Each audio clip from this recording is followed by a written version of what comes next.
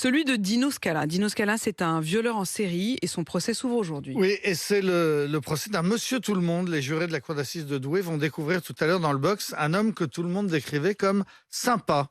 Il avait 56 ans au moment de son arrestation. Il y a 4 ans, c'était un ouvrier électricien, absolument sans histoire dans son entreprise, passionné de sport, entraîneur bénévole dans l'équipe de foot de son village, bon mari, bon père, collègue agréable, blagueur, généreux, toujours prêt à rendre service. Tous ceux qu'il fréquentait ont eu beaucoup de mal à croire qu'il était effectivement celui qu'on a appelé le violeur de la Sambre. Et sa femme elle-même a dit que s'il n'avait pas avoué, eh bien jamais elle n'aurait pu le croire coupable. Et pourtant, il est l'auteur présumé de la plus grande série de viols de l'histoire récente. Oui, il est tout simplement jugé pour 56 viols et agressions sexuelles, 56, des viols qu'il a tous reconnus, d'abord un par un au départ, et puis un jour pendant l'instruction, il a finalement totalement vidé son sac et il a avoué 35 agressions d'un coup. Cette incroyable série criminelle s'est étalée sur une trentaine d'années, de la fin des années 80 jusqu'à 2018, date de son arrestation. Les vols avaient lieu toujours les viols avaient toujours lieu dans le même secteur, le long de la rivière Sambre,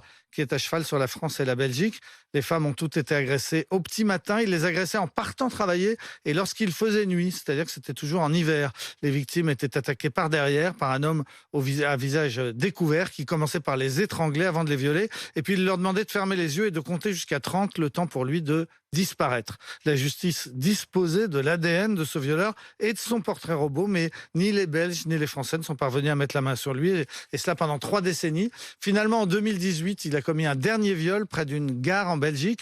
Les enquêteurs belges ont examiné les images vidéo. Ils ont identifié une voiture et noté une partie de la plaque d'immatriculation. À partir de là, les enquêteurs français de la PJ ont retrouvé la voiture, ils l'ont surveillée, ils ont vu que l'homme qui prenait le volant ressemblait furieusement au portrait robot, ils l'ont donc arrêté. C'était la fin d'un parcours criminel hors norme. Son procès va durer 3 semaines et il risque 20 ans de prison.